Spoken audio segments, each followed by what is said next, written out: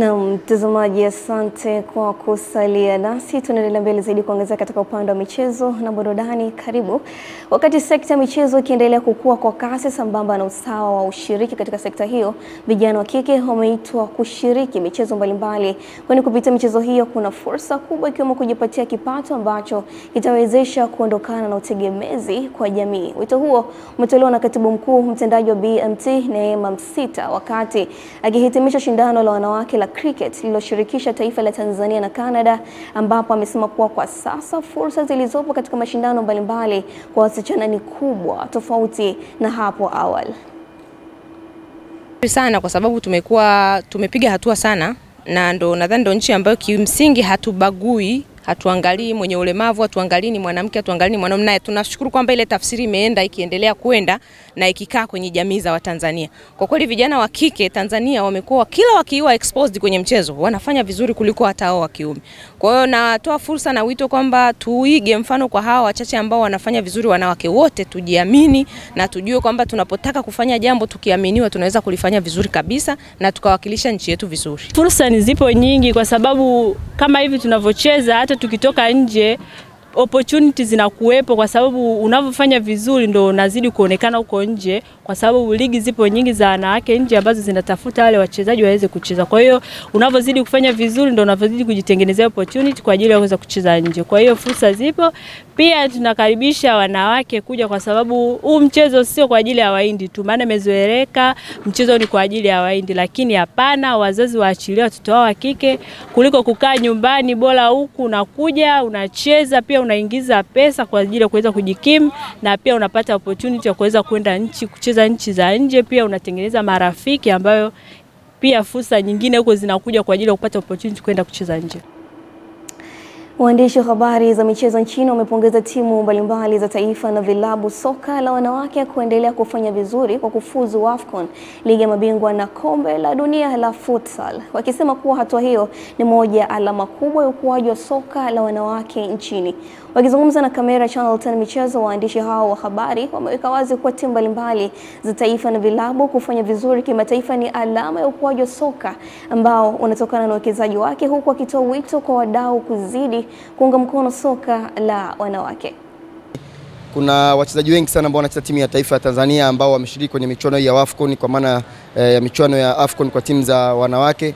Kwa hiyo imani yangu inaniambia hivyo kwamba kocha, quality ya wachezaji, uzoefu wao katika michuano ya kimataifa wanaweza ikawa ni sababu ya wao kuweza kufanya vizuri katika msimu katika michuano ya kimataifa. Kikosi chao ambacho kimesheheni wachezaji wa kizawa na wana uwezo wa kucompete na mataifa mbalimbali, kwa maana ya vikosi ambavyo vinakuwa na uwakilishi wa wachezaji kutoka mataifa mbalimbali, inadhihirisha kwamba soka la wanawake hasa hapa nyumbani limekuwa kwa kiwango kikubwa, kwa sababu hao ambao wanaweka ushindani kwenye michezo kadhaa au michuano kadhaa au michuano mbalimbali ni 100% wanakuwa ni wachezaji wa Kitanzania. Nafikiri mpaka hapa kwa sehemu tumeshapiga hatua kubwa sana, na pengine huwa sipendi sana kusema liko nyuma, kwa sababu ukiangalia stage tunayoongelea kwamba ilikuwa nyuma pengine ni miaka 2018 kurudi nyuma, lakini so far tuna mfululizo wa miaka karibu 6-7 timu zetu zinafanya vizuri na kwa mabingwa wa Sekafa, hata wakienda Kosafa wakialikwa kama waalikwa wanafanya vizuri, wanafuzu AFCON mara kadhaa.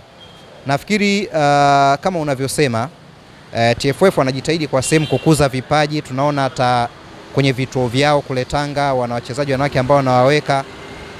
Issue inabaki kwa wadau, watu ambao wanaweza wakatia mkono binafsi katika kuzisaidia hizi timu pengine kupiga hatua kubwa kulinganisha na wanaume kama wanavyosema, kwa sababu ukiweka comparison of course wanaume iko juu kuliko wanawake, kwa hivyo duniani kote, lakini at least wadau wakijitokeza na wakaweka mkono zaidi kwenye soka la wanawake na wao wakatangazwa kibiashara na timu zinafaidika kwenda mbali zaidi, itatusaidia kupiga hatua.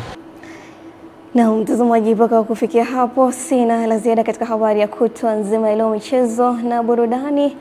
Ulikuwa nami Lulu Ali, lakini ni kuache na utabiri wa hali ya hewa wa saa 24 zijazo. Lakini mtazamaji, ni kuambia tu kwamba kila nafsi inatakiwa ikae katika nafasi ya kuendeleza usawa na haki ili utulivu upatikane, kwani amani ili sambae inaanza na wewe, na wengine wataathirika watafata. Usisubiri anze mwingine, anza wewe, wengine watafata. Mpaka wakati mwingine, Mola akituridhia, ni kutakia usiku usio na bughudha. Kila la kheri.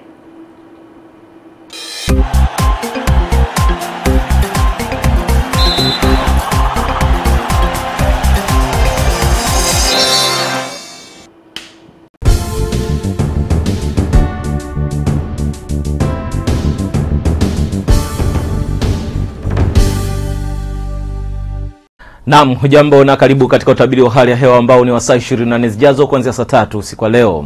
Upepo unatarajia kuvuma kwa kasi ya kilomita 30 kwa saa katika maeneo ya Ziwa Nyasa na kwa kasi ya kilomita 20 kwa saa katika maeneo mbalimbali hapa nchini. Wakati huo hali ya bahari inatarajia kuwa na mawimbi madogo madogo. Na usiku wa leo tunatarajia kuwa katika maeneo kanda wa Ziwa Victoria, hususani katika maeneo ya Kagera, Geita, Mwanza, Shinyanga, Simiyu, Mara na yale maeneo ya Kigoma na maeneo ya Katavi kutakuwa na hali ya mawingu kiasi, mvua na ngurumo katika sehemu chache, wakati maeneo mengine ya nchi hususan maeneo ya kusini mwa nchi yatakuwa ni makavu kwa ujumla. Kwa siku ya kesho tunatarajia kuwa katika maeneo ya Kigoma, maeneo ya Katavi, Kagera, Geita, Mwanza pamoja na Shinyanga kutakuwa na hali ya mawingu, mvua na ngurumo katika sehemu chache, wakati maeneo ya Mara na maeneo ya Simiyu, alikadhalika katika maeneo ya Tabora kutakuwa na hali ya mawingu kiasi, mvua na ngurumo katika sehemu chache na vipindi vya jua. Wakati maeneo ya Rukwa, Mbeya na yale maeneo ya Songwe, pia katika maeneo ya Njombe